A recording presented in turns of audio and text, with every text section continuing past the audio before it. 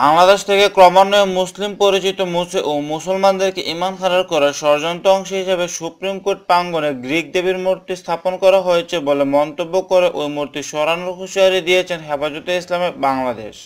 শুক্রবার এক বিবৃতিতে হেফাজতে ইসলামের মহাসচিব আল্লামা হাফেজ মোহাম্মদ জুনায়েদ বাবুনগরী হুঁশিয়ারি দিয়ে বলেন, সুপ্রিম কোর্টের প্রাঙ্গণ থেকে গ্রিক দেবীর মূর্তি অপারেশন না করা হলে লাখো লাখো মানুষ রাজপথে নামবে।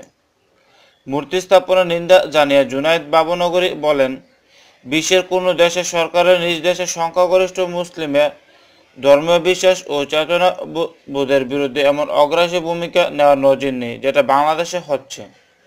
তিনি বলেন, কোনো মুসলমানের পক্ষে মূর্তিকে ন্যায়বিচারের প্রতীক বা এমন ভাবনা অন্তর্পোষণ করার কোনো সুযোগ নেই। কে এমনটা বিশ্বাস করলে তার ঈমান থাকবে না। অবিলম্বে মূর্তি অপারেশনের দাবি জানিয়ে হেফাজতের মহাসচিব বলেন, অন্যথায় ঈমান, আকিদা ও ঐতিহ্য বিরোধী এই মূর্তি অপারেশনের দাবিতে উলামায়ে কেরামের নেতৃত্বে লাখ লাখ মানুষ রাস্তায় নামবে। বিবৃতিতে সুপ্রিম কোর্ট প্রাঙ্গণে গ্রিক দেবীর মূর্তি স্থাপনের প্রতিবাদে শনিবার চট্টগ্রাম প্রেস ক্লাবে হেফাজতে ইসলামের পক্ষ থেকে সাংবাদিক সম্মেলন আয়োজন কথা জানান তিনি।